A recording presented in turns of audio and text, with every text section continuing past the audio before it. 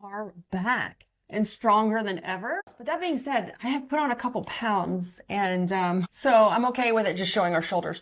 But we are back for our date morning live that we used to do typically on Saturdays. And we know that today is Sunday, and that we're back, and we're back because so many people were like, when are you doing your morning date lives? I used to love to watch them. When's the next one? I've had tons and tons of people ask me about them. And to be honest, like, me and Chris have just been consumed by life. Like, we're not trying to even remotely say that we haven't figured out at all. But my gosh, I don't know, did you look it up? When's the last time we... The only one I could find on your page was August 3rd, 2024. August.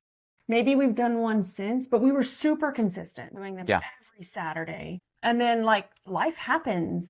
We have kids, we have young kids, we have a senior, we have a 7-year-old, we have businesses that we're doing stuff and we're trying to like change the world, and we have employees and we have families, and we have our relationship, and it's kind of like just like, and then I traveled. Actually, that's a great point. That was going to be my next point. Yeah. How long was I gone for?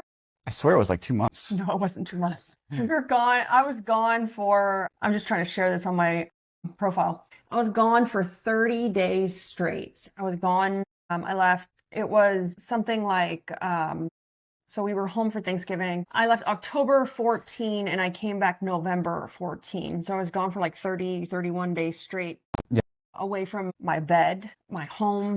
Now, I saw Chris and Yaya one time in between, but I was gone from Austin, who's our senior, for 30 days straight. And I was exhausted. I'm not going to lie. I was exhausted.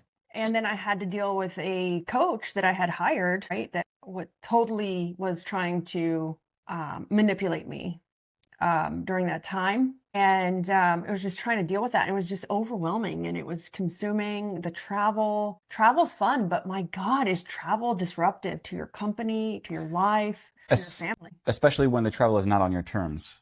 Yeah. Because in the mix of that month period, you had to deal with the death in the family. Yeah, I had to deal with the death in the family. So I wasn't supposed to be gone for as long initially. In between the week I was supposed to have off to come home, my cousin, who I had grown up with, and like, I haven't shared this publicly, even with my own family, but my cousin, her name was Tracy. She was the one who taught me. As a kid, I grew up, so she was older than me, but you know, we grew up in a very tight-knit family. It was a family business, and you know, we traveled, and when we weren't traveling, and I had to go to school, my parents would leave me with my Aunt Barbara, and my Aunt Barbara's kids were my cousin Kristen and Tracy. So Tracy was my cousin who was, you know, taken from us extremely early in life. And, but she was the one who taught me how to wear, guys. I learned that from her. Like, she wore different hats, but you never saw my cousin Tracy without a hat. She's the one who taught me how to carry yourself with so much grace, and also a level of like privacy and confidence. And yeah, and so during that month, I went home. I didn't have to go home. I chose to go home and spend it with my mom and my dad and my cousins and my Aunt Barbara, and just kind of be there. And I was grateful for that opportunity. So yeah, like, the last few months have been crazy personally for my family, crazy with a senior in high school who is like trying to be a grown up, and he's doing a phenomenal job at being a grown up, by the way. Oh yeah.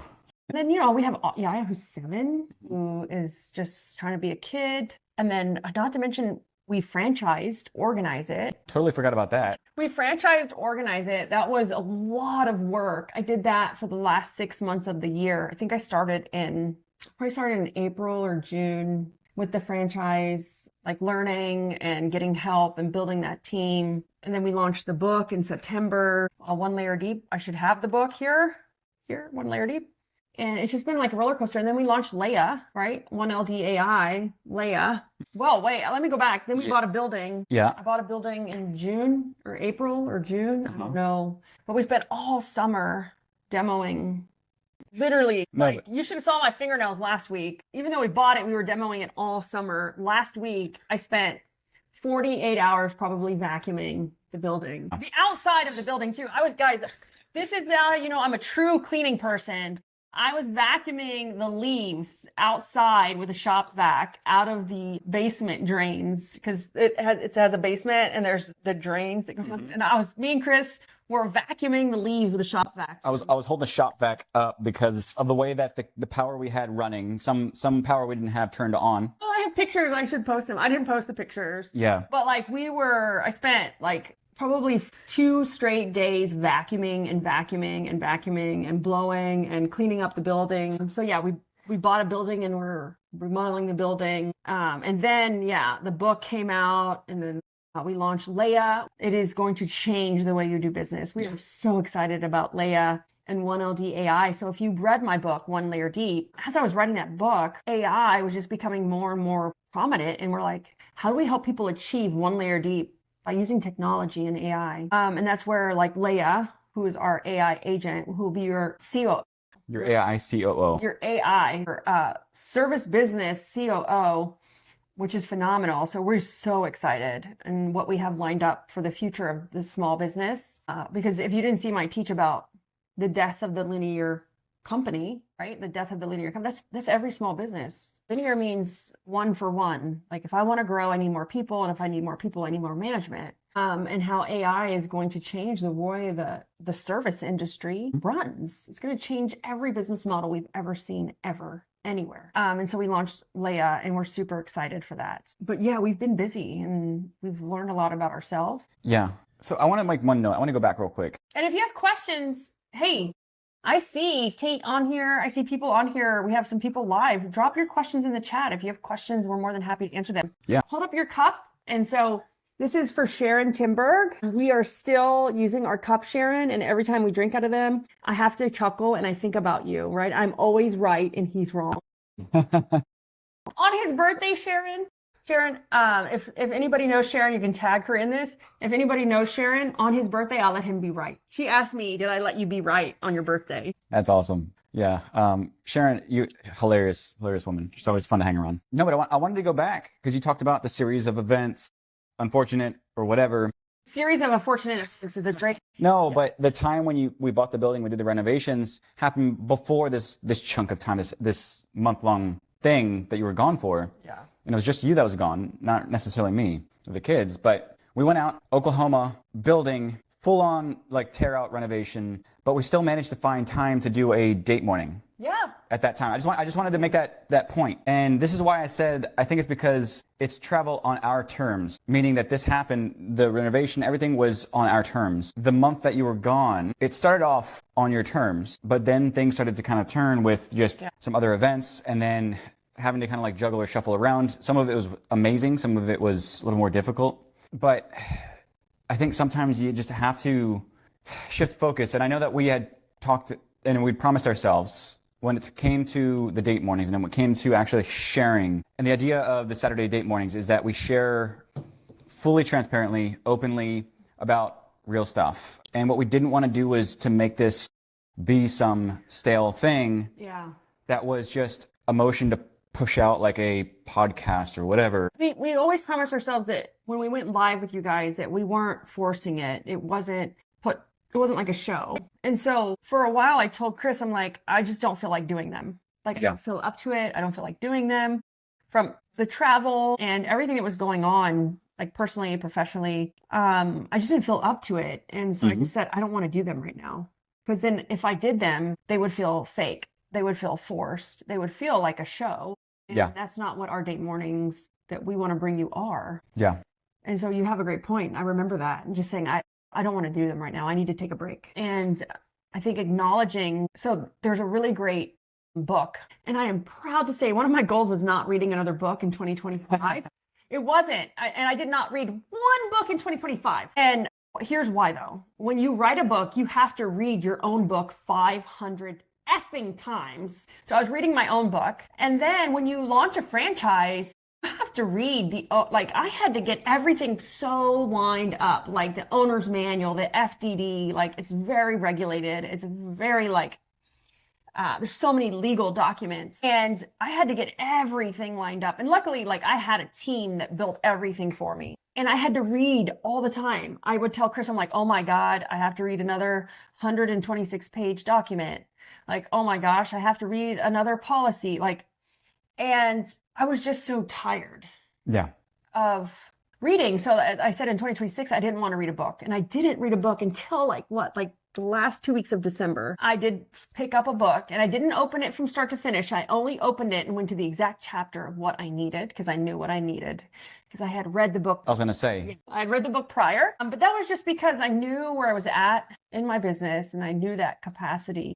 Yeah, I hadn't read a book all year. I don't even remember where we were going. What was the topic? Well, I think it was just what we were learning about, but really it was about traveling on our terms. Oh yeah. And it was funny because I didn't read a book, but now I'm going to recommend you guys a book. That's where I was going. And it's called The Power of Full Engagement. Jonathan Potoshnik, who was the owner of Service Autopilot, one of my mentors I had, recommended this book years ago. And it's such a powerful book because it teaches you about burnout. And they call it the CEO athlete. Even though we're not corporate CEOs, we're all still CEOs of our business and even CEOs of your life. And it teaches you about burnout. And so like me and Chris have acknowledged we're in burnout right now, or we were in burnout and we're still kind of in it, but we've set the date to stop. And, you know, you have to ask yourself, are you in burnout right now? And are you in burnout? Are you tired? Do you just don't feel like yourself? Do you not have, we did vision boards with our staff and our companies on Friday. And one of our employees said,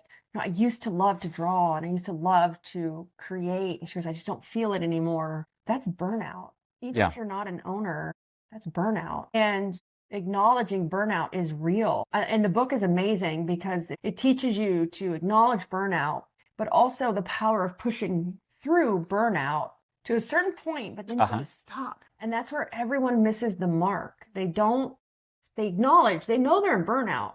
I mean, I know when I'm in burnout. I've been in that business where you're like eating in the car and you're miserable and you have apathy for your own company. But back in the past, I didn't acknowledge that was burnout. I just thought that was business. That's the way it was supposed to be. And now you know when you're in burnout and you acknowledge it and you say, okay, how much longer can we push through this? Because if we keep going this way, this is the thing, you're completely inefficient. Yeah, I have a lot to say about that. What I was going to say is when you say burnout and recognizing it, I really do think that there's different types, and one is intentional. Yes. Because what I've learned from studying some of the greatest minds out there, you know, there's different thoughts. Greatest, like what I've seen in terms of execution from Elon Musk, which is really scary on how, you imagine how old he is. He's my age, I think, if not a little bit older. Very old. Either way, but a bit older. I have no idea.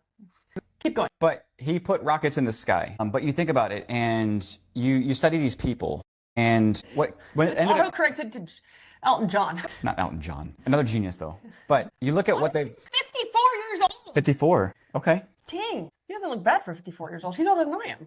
But you look at what these people have achieved, and after studying and learning about it, and the fact that he spent weeks at a time in the middle of the warehouse floor, sleeping for 2 to 4 hours a day, to wake up, probably not even take a shower. I believe he probably didn't take To get back to work. I learned and understand that sometimes there's intentional, I say burnout, but really it's intentional delirium. Because in states of delirium comes your greatest work. I 100% believe that. But it's being intentional that determines if you're in that position, or if it's just purely burnout because You're in because the day-to-day, of. because It's the of. reactive, it's the because of. Yeah, if you're just in burnout from the day to day, you're not gonna. That's not intentional burnout. It's like if there's a goal, a project, a passion, a mission. Yeah. Intentional burnout, that state of delirium. I will give you guys an example. You know, there's some things that we're doing and we're making some shifts and repositioning. Yesterday, literally yesterday, I had one of the biggest breakthroughs that I've ever had. So I'm creating the 1LD OS system, right? System for the small business. And I created the first version and I was like, this does not feel right. It makes sense to me, but I'm not everybody else in the world. I'm like, this just doesn't feel right. It just feels like I'm dumping more shit on the small business owner, unorganized, just more chaos, more learning. And that's not what the small business owner needs. And so I was like, how can I remake this? How can and I'm total delirium. Like we've been working 12 hours a day, nonstop. And our date morning walks talk about us saying, look, we acknowledge and we know that we are We know 100% out. in burnout. Yeah. And I had the breakthrough yesterday. I was like, oh my God, here it is. So I'm remaking my entire 1 layer deep operating system. I'm remaking it because I was like, it came through after sitting 3 or 4 straight hours in front of the computer trying to figure out how do I make this make sense for other people besides me. Yeah, but it wouldn't have come to if there wasn't intentional space that was created around that burnout or around that delirium, around that. It's like in the zone, it's you're beyond tired, but you're just gonna sit there and you're gonna do it because there's something there. Yeah. You just have to hit it. You do, and you're excited to get up, but then you got to acknowledge burnout. Because I told Chris, if we keep going this way, I'm going to become inefficient. I'm almost to the point of inefficiency. And so we've acknowledged it, and I've already have things planned. So my suggestion to you, if you're tired, like if you're in burnout, it doesn't matter if you're a business owner, an employee, a mom, like how many moms out there are just tired? I mean, I have to say we're finally to a point where, yes, and she's somewhat self-sufficient, but like those moms out there that still have small children, that's like still have kids in school and it's still soccer practice and still like it's burnout. It doesn't matter if it's business, it's just overwhelmed, right, by life. If you're feeling that, my best suggestion right now is to take a walk. I'm posting every day in Facebook. And then also you can join my private community as well. We'll drop the link. It's for anybody who wants to join. It's mainly business owners. But if you just want to join and you're interested in opening your own business one day, jump in because you can learn. I give a ton of help and resources, and it's not cleaning specific. It could be anybody who just wants to own a business. I've owned bars, restaurants. I've been a 1099, so I've been subcontracted for a majority of my life. I've owned window cleaning. I've owned power washing businesses. We own a cleaning business. I started as an organizer and now I own 3 software businesses. So it is not cleaning specific, but join our community. And if you want to learn, or if you just want to join us on a walk. So every day we're walking, I'm posting a picture. I'm doing it online as well on Facebook. But that's my number one suggestion is, and I know it's cold, guys, because we were in Oklahoma and in the mountains skiing. I dislocated my shoulder. For a while, you know, it was cold and we suffered through those morning walks. Yeah. But there's nothing like morning air or evening air or sunsets or sunrises. Even if you just take 5 minutes and take a walk, that's my first suggestion to just relieve the pressure. How many of you guys right now, I just want you to put and even if you're watching the replay, there's so much anxiety and chaos and burnout. You can feel the pressure in your chest. It becomes hard to breathe. You can feel the pressure in your chest. That was me, like over the last probably month or 2. You can feel the pressure in your chest, but it's okay to have that feeling. And that's, you're never going to have it go away completely when you're faced with difficult situations or even growth. I have 100% have been there and was there and kind of am still there. And take a walk. Every day walking is my therapy to help me. And then I listen to a lot of music. I listen to a ton of music. At some point we have to stop listening to podcasts. Don't stop listening to my podcast, but no. And just enjoy the moment. Enjoy the moment and stop consuming information for a minute. And that's what walking helps us do. That's what music helps us do. You know, I asked Chris, we're in burnout. Like, we're not going to lie. We're tired and we're exhausted. And I said, can you make it one more week? Can you make it just one more week? If I know the date is coming, then yes. Because what are we doing in a week? Oh, we're going to Mexico. Actually, we're going to Riviera Maya to check off the bucket list and see Dave and Tim live. Yeah. Riviera Maya. So it's the Dave and Tim live. If you guys are a Dave Matthews fan, you know, like this is epic, iconic. It was extremely expensive, more than I would like to have paid, but it was on my bucket list for years. You kind of get to a point where like, you know what, you don't care. Just put it on the credit card. And then after that, we're going to see 2 very good cleaning friends in Tulum, Mexico. We're going to spend the day, maybe 2 days, day and a half with Debbie and Eric Ems in Tulum. Yeah.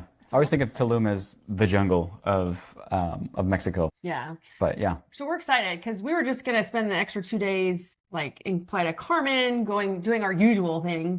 And then when we posted we were going to Mexico, they were like, oh my gosh. We're like, let's get together. I'm like, yes, because it's going to make me explore new areas. And I'm excited to ride the new train there down there in Mexico. Yeah. It wasn't ready when we were there last year. Because it's what? Tren Maya is the name of it. Yeah. No, but back to what you were saying, going for a walk, there's something, I think the acronym is SAD, S-A-D. It's seasonal affective disorder. And I was just reading that in 1440. yeah. And so seasonal affective disorder is a real thing, and it comes about, and everybody probably knows it and feels it with the cold months, the winter. It's the gloominess of it. It's the lack of the sunshine because it's so cold out, especially in the northern areas. And you start to get into this slump, this depression, it's this seasonal affective disorder. It's like anxiety builds and stress builds.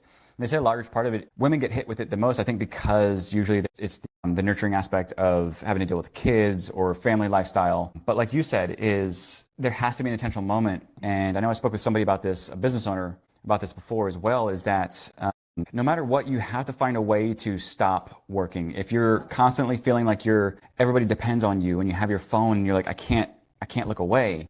I set a rule in place. Yeah. I set a rule in place with that. And one is I don't have the ringer on. And the second thing is when I'm working, and this depends on your case, but I always put my phone face down on the table. The reason is because I've set the standard, the priority, the precedence, whatever you might call it, that if anything is truly urgent, somebody's going to call you. And it's setting that precedence with people is like text or Facebook notifications or whatever it might be are not important. So face down means that I'm not going to get this distraction of the screen lighting up. If it's important, my phone will vibrate. Yeah, it's almost like when you go gambling. Well, I don't gamble, right? But it's like the slot machines, like the lights and the sound and the music and the notification. Like that's our cell phones right now.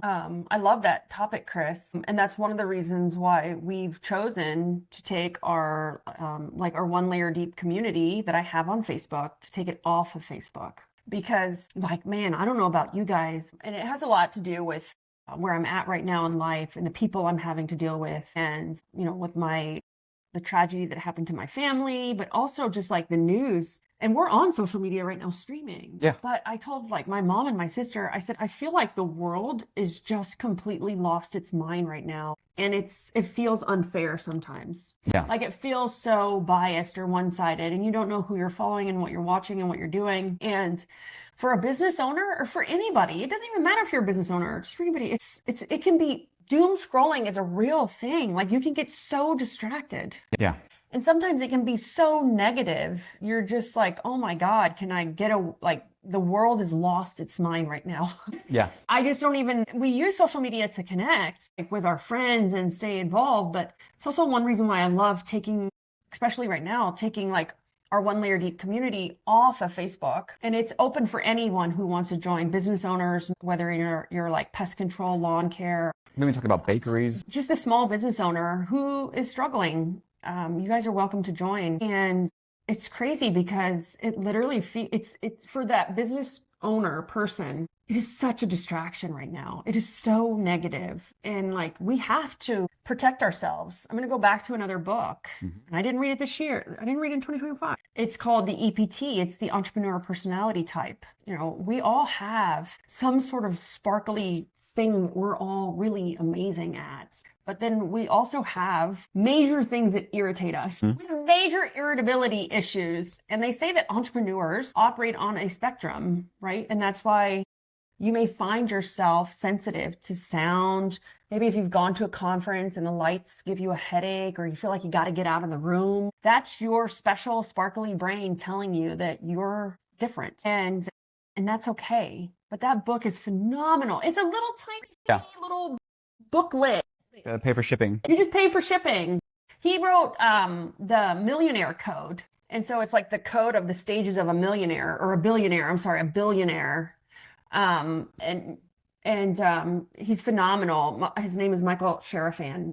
Dan Martell introduced us to him. And it's like when you acknowledge the things that set you off or even the things that burn you out, man, can you just control that overwhelm, that feeling? You also know the things that ground you. One of our good friends, I love him to death. He messaged me the other day. He's like, Libby, please help me. He's like, I'm ready to just close it down. And I said, just stop. It's Thursday. It's New Year's Day. Don't even go to work on Friday. What's one day going to do? Nothing's going to burn down. Yeah. If your employees show up, great. If they don't, who cares? Just take the next 4 days and just do nothing. Just do nothing. Just take a walk, put your jacket on, go outside, because he lives in a cold area. Just go outside, just do nothing. Who cares? Like, the shit isn't gonna die on New Year's Day, the day after, and then Saturday and Sunday, you're fine. And he messaged me and he's like, oh my God, thank you so much. I just needed that. Like, I was just so overwhelmed. But acknowledging like what pushes our buttons, right? It's so crazy. That contributes to burnout and irritability, or like not working in your flame. Like if you've read the book One Layer Deep, you know, what's your fire? Chris knows mine now, and he protects me at all costs. It's a great book. I highly recommend every entrepreneur grab it. I could drop the link into that as well. So this is our intentional reset. Yeah, and we haven't done this for a long time, and I have people private messaging me. They're like, Libby, when are you doing another, like, when are you guys doing your morning date live? Like, we love it. And we haven't, and I told Chris, I'm like, you know, we haven't done one for a long time. And again, it's life, and it's okay. Here's the thing. It's okay. Like, life got in the way, and it's okay. There's no shame. In my walking little challenge, it's not even a challenge. This is in my walking post, like, drop your picture. So if you look on my profile every day, I'm posting a picture of me walking, sometimes with Chris, sometimes alone. And everybody's like, I want to join, but I don't want to post a picture of myself. Great. Post a picture of your feet, of the road, of the sunrise. I don't care. But so many people were like, Libby, I didn't get to do it today, or I didn't get to do it yesterday. I'm like, guess what? It's okay. Yesterday's gone. The only thing that exists is today. So you can start today. Who cares about what happened yesterday? The great thing about aphantasia is that you can't remember yesterday. Yeah, so I can't remember yesterday. So, I mean, I can remember some of yesterday. Yeah. Yeah, so that's a whole other. So, but that's a great point too. And you know, it went with when I spoke with somebody. I learned a lot of things about myself also. But when I spoke with somebody, it was actually an office manager in a company. When I talked about the phone and committing to that time in terms of determining what's important to you and having your phone down in these moments when you have to like take something back for yourself. You have to like carve out the dedicated time, and it's in the book too. It's protecting your rhythm was the most important thing to do in this case. Is the business was the business, but the most important thing, what your business really needs right now for that person was, we learned it was actually protecting their personal time. Because they would try to go for walks or go for runs throughout the day, but they would get distracted and pulled away. It wasn't a full disconnect. And so what we learned and what we talked about was creating these micro moments. Micro moments. It was actually time blocking to the smallest possible degree to start with, because you have to get used to priming yourself. You have to get used to the rhythms of doing it and stepping away. I think we also talked about it in the book, and I think in the bonus chapters of micro vacations. It's another strategy we have, but those micro moments, I told her 15 minutes, just ask for permission in the office, just say, hey, by the way, I'm going to be stepping away from X time to X time. And it was small. It's like 15, 30 minutes. You know, can you guys go ahead, if anything pops up, can you please go ahead and to take care of it? I trust you to do what's right. And then waiting for that confirmation. Okay, fantastic. I'm going to put my phone down. If it's truly urgent, call me. Otherwise, I'll be unavailable. And I think there's a lot of power in that, Chris. It's the fully unplug. How many of us, and I was so guilty of this, and I still am, I'm not going to lie. You unplug, kinda. Kinda. Kinda. I don't know if you can spell kinda. You're on vacation, but you're still over here on your phone. You're like, wait, oh, hold on. I got to Zoom. Wait, I got to do this. And then your eyes still hurt and your brain just aches. You're kinda unplugged, right? You're kinda off. And I think that's super dangerous though, because I don't know how many times I've been on vacation with the kids, my family, with Chris, and I'm kinda off. I'm kinda unplugged, but you're not. You're still working. And so you can't get over burnout, and you can't come back stronger if you're like, it's kind of like that. You're halfway in and halfway out, 1 foot in and 1 foot out the door. And that's hard, because when you come back, you can't fully come back rested. Yeah. You just kind of come back. And it's one of those things where like there's a lot of power in saying like, I can fully unplug. And the one thing I want to like just talk through of how I did it in my experience is I did it very, very small, right? I did it because even in my own cleaning company, I am not existent except for weekly meetings. And I'm still in a chat that if they need me, they comment in that Google chat. So I'm not completely non-existent, but I don't handle the day-to-day. It's like, how did I get there? It's micro moves. It's micro moments. It's like, hey, I'm going to take a 15-minute walk. I won't be available. And the next is like, hey, I'm going to be gone for 30 minutes. And then it's like, hey, I'm going to be gone for the day. Like maybe when our kids are out of school. And then when Austin was a kid, we always left for the summer and I would leave for 2 weeks. And then I would leave for 3 weeks. And then I would leave for 4 weeks. And now like I'm gone for 8 weeks. I think we did 2 month stretch. Yeah. One time. And then like this summer I was gone for regroup for a while and I trust the team and I'm there if they need something, but like we trust you and I'm available. If they call me, I'm available like at a drop of a hat. But it's working up, starting micro, starting little, whether it's, a walk that's 5 minutes or leaving the company for 15 minutes and moving up, and those micro increments is what leads to the macro, right? It's a Gary V. It's the micro that leads to the macro saying, because it doesn't just happen. It doesn't just like you all of a sudden have a business that you can be gone for 8 weeks. That doesn't happen. It happens through baby steps. And then every time you leave, many of you guys have heard me say this, every time you leave, you come back different. Yeah.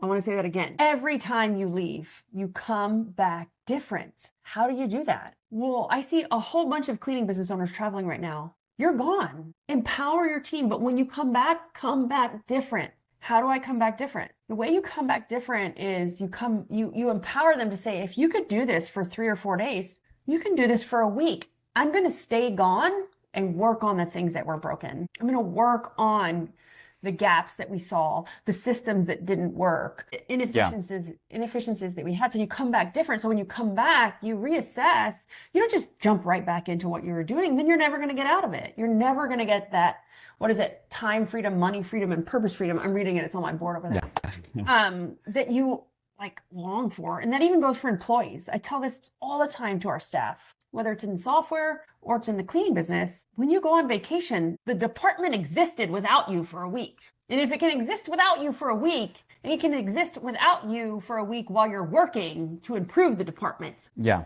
But very important point.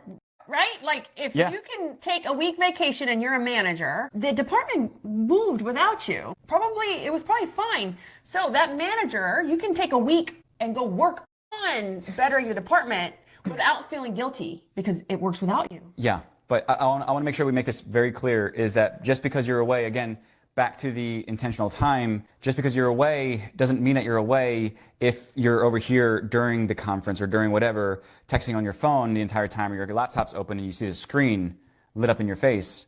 That's not being away because you're still there solving the problems for the office. Mm-hmm. But I think the very first step for me, I had the biggest problem with this with WootRecruit a few years ago, is that I had to learn to ask for permission. Yeah. And I think that was the very first step that I had to learn was no matter what, the only thing I needed to do at that moment was just ask for permission first. Not for me, guys. No. Just want to make that clear. From the team and say, would it be okay if I stepped away for, what was it, like 3 days to work on bigger things and to help us out? Would you be okay taking care of things? And it was always a resounding, you deserve it. Go on, please do. Get away from us. But it was not read One Layer Deep. There's a whole chapter about Chris in the book. Yeah. But it was this, they rallied together. It actually helped to boost their level of confidence too. Me asking for permission from them to take care of things and me stepping away. That's when I learned that I could start to do this more often. And I actually saw a lot of people grow a lot that would have never gotten the opportunity. Yeah. I mean, I know I suffered from this, the lack of trust. For the longest time, I didn't trust anyone. It comes from my own issues. But, you don't trust your team. You don't trust they can do it as good as you. They don't trust that they know how to do it. You don't trust that they care. And in reality, it was my own issue. It was my own lack of trust in people that caused the trust issues. And then once you really empower your team, it was funny because as we were building Leia and One Layer Deep, the AI, it was funny. I was posting that the night before it was going to launch, I wasn't in there working. I wasn't doing anything. I was vacuuming the building. Yeah. I was vacuuming for days. Well, because I was stressed out. And so my way of coping with the stress was to do manual labor, like that repetitive vacuuming. And there's studies that say that repetitive motion of sweeping or power washing, your brain goes on autopilot. So it helps you clear your mind. And so I just went to vacuuming and I didn't even like pay attention to nobody. I didn't even look at my phone. Like I was just vacuuming. I cleaned up the outside of the building. So I was like blowing and sweeping and raking. And then I did the inside of the building the next day. That was one whole day. And then the next day I did the vacuuming of the inside. And I think I vacuumed like a 14,000 square foot building by myself in one day. And I did not stop all day because I needed that like reset. I needed that like clarity. But I had posted that night that like, we're getting ready to launch this. And what do you think I'm doing? I'm vacuuming. And it was funny because people were like, it must be great to be able to trust your team that much. But I think you guys can all trust your team. I think we all have really great teams. I don't think anyone's inherently bad or evil. I think we can trust our teams. What I learned over time, because I have the same team, guys, that I've had for a long time in Organize It and in Recruit and in our other softwares. I've had the same team that I've had for a long time. But what changed was me, not them. Me leaning into them more, me telling them, hey, like, I don't know how to do this. I need you to figure it out. Like, hey, I believe in you. Hey, I trust you, which is where I saw Chris, and I even do it in Chris now. Like the growth I've seen in our team over the last 6 months to a year has been phenomenal. And it's the same team. Yeah. I was just not micromanaging them or manipulating them, even though we don't do it on purpose. I empowered them, enabled them versus tried to control them. The growth has been amazing. Like I have just been blown away by what they can do and they're passionate. Now you see people working all the time. Like we had to tell one of them to stop working. Stop. It's Saturday. Stop. Like even my organizer team, they're just like, it's the weekend. And I put something in the chat and they're like, okay. I'm like, it's the weekend. You're not supposed to answer me. And then even like, I'll message Rico, who heads our VS thing. And he's like, hey, it's Saturday. I'm just posting it in here so I don't forget, guys. Oh, okay, but we just want to like, and you see the passion that not just you have, they start to develop because when they own it, to me, they love it. Yeah, that was my favorite phrase coming into the end of last year was own the outcome. Yes. No matter what we did or no matter who it was, is one is that level of trust and two was asking them to own the outcome. Yeah, now you can't work here. You can't work for us or any of our products or any of our services or anything. You can't even be in our life anymore. Yeah. If you can't own the outcome. Yeah. And that's now what we teach our kids, and here's my message to everybody here. You guys all have kids, whether they're grown or the business lessons that you learn. Jen Rogers is a great example. I love that I saw her take her son, and her husband to, I think it was Life Surge, and which is a business. It's a faith-based business event. And I love seeing it become a family event. Yeah. Because everything we learn in business, everything is so applicable to our life. And then everything we learn in our life is so applicable to business. I think our issue is where we try to separate the two. Yeah. There is no separation. There is no balance. But Libby, they're not involved in the business. Yes, they are. They are, because they're going to hear you bitch about your business and your employees, and they're going to hear you complain. And they have to share you with that business. And they have to you have to share your time with your kids and your business, with your husband and your business, with your wife and your business. They are so involved with your business. Even if they don't work in it, they are. That's a lie. They are involved. And somebody was messaging me the other day and they were like, hey, we're going to do some annual planning. That's why I shared that annual plan. How do you annual plan? And I didn't share this in my post, but I said, I suggest that you plan with your husband and your family first. Yeah. So what family trips do you want to do? Family time. What's important? The holiday schedule. What are you doing? Then you put in the business stuff. Like how much can I give the business now? Mm-hmm. How much capacity do we have to, because if I'm $1 million business and I want to be a $2 million business, to double at $1 million is going to take a great amount of sacrifice. Yeah. But if you didn't do your family planning session first, you don't know how much you're willing to sacrifice. To double over $1 million is a huge sacrifice. Are you willing to sacrifice your family over that? Family time. And if you didn't do your planning beforehand, you're not going to know that answer. And then we wonder why our husbands resent us or resent our businesses, or our wives hate our businesses, or our kids don't understand, Mom, why are you working all the time? Yeah.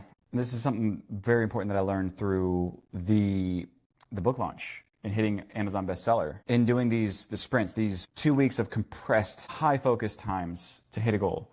If we hadn't had sat down and talked with each of the kids individually and talking to them and saying, this is what's important to us, this is what we're trying to achieve, and this is how you fit in. Yeah. And for our 17-year-old Austin to watch his mom do that, he was blown away. He was like, Mom, I can't believe you're a best-selling author. He's like, you can't even spell. Yeah, but there was a place for everybody, and it wasn't in, doing copy for the book or promoting whatever on social media. No, the way that they had contributed to this idea, this sprint, this project, this goal was in the little things in terms of all I need from you in the way that you would be able to help us out the most is just be there if you see me stressed out to go ahead and just offer me a water. Yeah, like Austin cooked dinner during that sprint. He helped us take care of his sister, right? So he helped with Yaya do some things. So and then Yaya helped us. So she would bring us like water. She'd bring us a snack. Even though it wasn't carnivore friendly, we'd pretend to eat it. Yeah. But then they understand and they want to be a part of it versus resent it. Yeah. And so it made the experience great. And I think knowing also that there was a specific target, a specific time frame, a specific end date also made it a lot more achievable. Yeah, because here's the thing. If you have a goal in your business, let's just say you want to be a $2 million business and you don't have like a specific end goal or time frame, you're asking your family and your children and your husband or your wife or your partner to sign up for something with no end date, right? And that can be hard for people to sign up for something, but there's no end in sight. And so that can be like a huge ask of someone who doesn't understand or doesn't have the same passion. Chris and I work in 2-week sprints. So this comes from software, but we've incorporated it into all of our life, like the book launch, we've incorporated it into our cleaning business. And so we work in 2-week sprints now instead of, I used to be a huge EOS fan and it was 90 days. I'm like, for the love of God, 90 days is a long time. We've actually broken it down and we now operate in 2-week sprints. It comes from Agile. Man, can you run so fast and get so much done? We just finished a 2-week sprint with our entire software teams. And we met every day for 2 weeks, 15 minutes. And you're just like, bam, It's bam, compressed. bam, bam. It is compressed. And it's just like amazing to see what can happen in 2 weeks. And so we learned a lot through this. And I think that we've really nailed down what's worked, what hasn't through learning about these sprints and how to make this happen with a very intense, very condensed, compressed project that's now going to make its way into the operating system. Yeah, I was going to add the 2-week sprint framework because we use it into the 1 layer deep OS system. So for many of you guys, I'm rebuilding the entire thing. I'm rebuilding it for a particular reason, but it was actually turning out better than I'm rebuilding it. Sometimes you think the life is serving you lemons and then that whole, we'll just make lemonade. It's kind of what I'm going through right now. And so I'm rebuilding it. I'm like, okay, fine. And then I'm rebuilding it. I'm like, oh my God, how to break through. Epiphany, it's even better. And I'm like, oh my God, this is amazing. This is what service businesses need. And it's amazing. It is. And so it's just, I'm like, this is actually even more organized because the first way I had it, I wasn't happy with how I was delivering the operating system. And I understood it, but that doesn't mean everyone else understood it. So anyways, we're rebuilding it. And in that rebuild, we're going to add the 2-week sprints. I want to add our ACTS framework. Yeah, so it was in the book, you probably read the ACT framework, which is something that we've worked through with how to, number one is for customer support, customer success. Also, it's internal in how you approach your team. But, ACT stands for acknowledge, call to action, time frame. So acknowledge is usually like state what it is or state the problem. Like I completely understand what you're going through with blah, blah, blah, blah, blah. Call to action, what I'm going to do is, and then time frame specific by 2 p.m. today, you're going to hear from me regardless if it's fixed or not. Thing is, we've noticed a missing piece. Yes, there's a missing piece. And so, by the way, internally, the way that this works is more of, instead of acknowledge, it's more of an affirmation of like what it is. Like what I'm trying to do is, what I need you to do is, and then by 2 p.m. today. But what we've missed is there's another one, which is the S, ACT, which is schedule it. It's actually time blocking. And this goes in with the micro moments. Time blocking the actual event as a guarantee. I'm going to go ahead and schedule it on your calendar. I'm going to add me as an invitee. It's not an official meeting, but it's there so that it will help to remind me. It'll help to remind you. And we're going to have that accountability piece blocked in. And then you can ask, Susie, how's that so-and-so going? Just checking in. Because it's on your calendar and you see it, right? I do that all the time. Like if you used to coach with me back when I used to coach, I would always ask you guys like, hey, how's your homework? Hey, how's this going? Well, I would time block it on my calendar. I didn't necessarily invite people to it, but it was how I remembered to kind of check in. And so the S in ACT, and now it's X, we found that the schedule it, not time blocking, like it's just scheduling it, is a super, super important piece, especially if you're just having these random meetings, right? You're having your weekly meetings, you're having your quarterly meetings, and you're talking about things. And then you wonder why nothing gets done or follow through is missing. Schedule it. So the problem is that what it solves with that S, with scheduling it, is that it turns an idea into action. And most of our conversations start with this great idea. Who's the visionary in the group? Who's the visionaries? And you have all these ideas and nothing gets done. You're like, you have this amazing meeting with your team. Oh my gosh, that's fantastic. And you're like, awesome. All right, let's end the call. Click, nothing gets done. But in their defense, they just think it's an idea. Right. And I thought they were going to do it. Yeah. That's where, this is some of the biggest learning moments. I'm like, what? Like, are we supposed to do that? And then they're like, oh, we just thought it was an idea. And so the schedule it, add me to the schedule just as a guest. It's not blocking my calendar. Then I know it's real. I know there's action. Like he said, it takes an idea into action. Yes, everybody's laughing. The V, yeah, because you have all these ideas and you're just like, well, shit, nobody did anything. And I'm like, that was a great idea. What was it? I don't even remember it. Well, it can't have been that great. But then you wonder, why is nothing getting done? A great example. We're going to use Marilyn. Marilyn used to be my assistant, and now she works in the marketing department. But Chris shared something with Marilyn the other day. Mm-hmm. It's kind of one of those pop-outs that pop out on your website. I used to have them on Organize It all the time. It's where I would put our promos. Like if we had a special or a sale, it'd be like a pop slider. And I told them, I said, oh, I want one of those so that if Woot Recruit has a sale, anyone who's on the website can see Woot Recruit's sale. Mm-hmm. And I said, oh, I want to bring that back to Organize It too, because for some reason we stopped using it. And so it was my idea. Chris made it, and then he gave it to Marilyn as look what I made. Here's how it works. And Marilyn's like, that's cool. There's some exclamation marks in that response too. It was like, great. And I took that as, great, she's going to use it. But no, because Chris didn't tell her to use it. He was just showing her what he did, and she thought that was cool. But there was no, and then so I met with Marilyn, and I was like, hey, by the way, Chris made this, and she's like, yeah, I just thought he was just showing me what he made. Yeah. So there was no intention that's backing it. No. And so without that, schedule it. Yeah. Hey, I need you to do this by this date. And I know on Google Calendars, all you can do is you drag and drop that 15-minute blocker. You can even set the event as free or not busy. Yeah. But it's funny because Marilyn's like, I just thought he was showing it to me. I said, that's what it sounded like. So, and it goes both ways. Like us as owners, are we being direct? Not direct, we're direct, but are we being decisive, definitive, kind of like SMART goals, right? Measurable, time-based. Most of the time, we're not giving them a timeline or a time base to do something on. And so I just thought that was the funniest example because it literally just happened to us on Friday. I met with Marilyn. I was like, hey, by the way, that pop slide thing that I had Chris make, here's why he shared it with you. Because I knew when he shared it with her, what was going to happen. And it's when it falls through, it just falls off. And it's because there's that time sensitive schedule it on the back end. Mm-hmm. Yeah. Guys, I think we should wrap up. It was really great coming back. It's been a long time. I think like Chris said, it's since August. It's been a long time since we've done this. And we stopped doing it because, again, we didn't want it to feel forced. I wasn't in the right headspace to do them.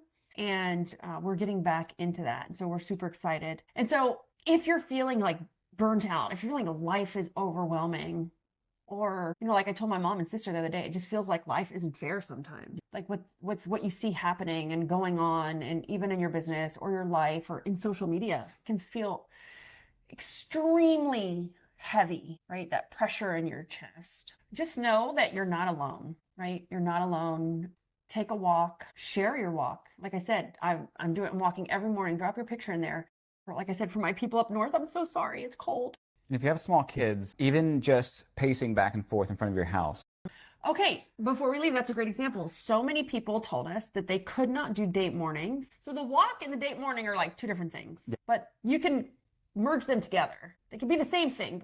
So many people said, well, Libby, I have kids, I can't leave. When we first started this, Yaya was young, and we have kids too, right?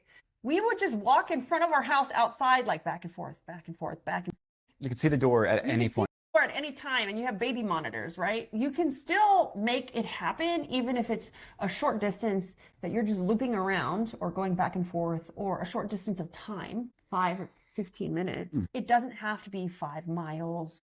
It doesn't have to be 3 hours. Start small, start with the micro moves, the micro moments. Yeah. And if you're feeling like that overwhelm, or like I said, that pressure, just know that you're not alone. Yeah. And like I tell Yaya, at least once a day, is that there's an elegant solution to every problem. There is an elegant solution to every single problem. You just got to figure out what that solution is. It's probably easier than you think it is.